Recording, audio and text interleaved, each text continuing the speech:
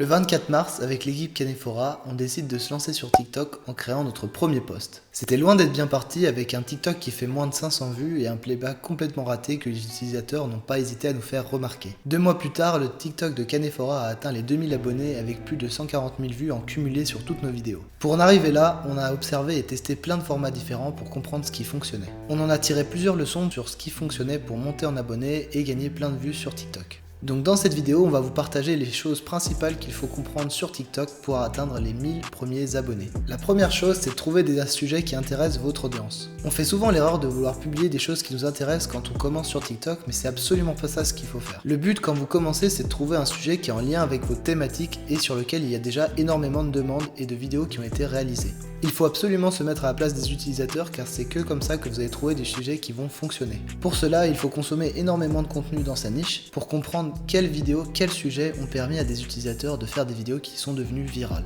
Par exemple, un sujet qui marche énormément dans la niche du marketing digital et vous êtes presque sûr de faire énormément de vues, c'est le sujet Canva. C'est un sujet qu'on a un peu utilisé et à chaque fois qu'on a fait une vidéo dessus, ça a bien fonctionné et il y a déjà énormément de vidéos qu'on tournait sur Canva et qui font des millions de vues. Une fois que vous avez trouvé un sujet qui fonctionne, n'hésitez pas à le réutiliser pour faire des parties 2, partie 3, partie 4, jusqu'à que le sujet s'épuise. Cela vous permettra de faire des vidéos sur un sujet sur lequel vous êtes presque sûr d'avoir des vidéos qui vont devenir virales. Vous pouvez également parler des dernières actualités sur votre niche. Par exemple, nous dans le marketing digital, dès que vous parlez des dernières nouveautés de l'algorithme Instagram ou TikTok, vous êtes presque sûr aussi de faire des vidéos qui deviennent virales. Les tendances de TikTok sont aussi un super moyen de faire du contenu facilement. Attention cependant pour les comptes professionnels qui utilisent les tendances. Faites bien attention de vérifier si la tendance peut s'adapter à votre niche puisque sinon vous risquez de perdre en autorité.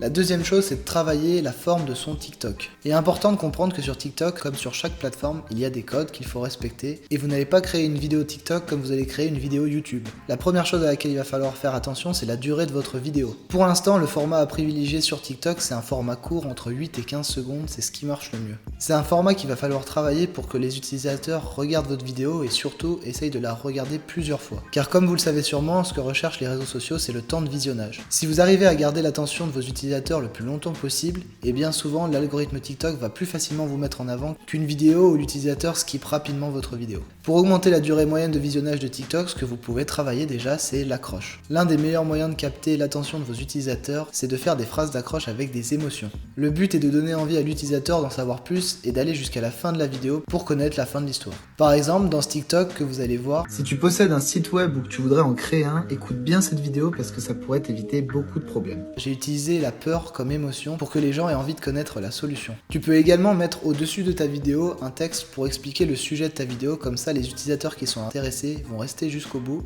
et ceux qui ne seront pas intéressés partiront dès le début de la vidéo. Et la dernière chose à ne pas oublier dans son TikTok, c'est l'appel à l'action.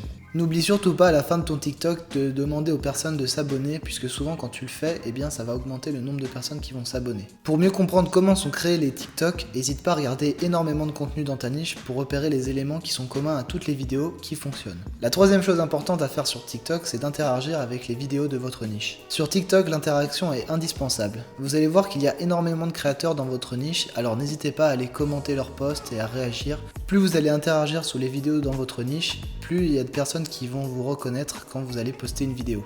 Sur TikTok, il existe plusieurs moyens d'interagir avec les vidéos des utilisateurs. La première façon, c'est les duets. Les duets, c'est un format où vous allez pouvoir créer un TikTok avec votre caméra en parallèle de la vidéo d'un autre utilisateur. L'écran va être coupé en deux et vous aurez votre caméra à gauche et la vidéo de l'utilisateur à droite.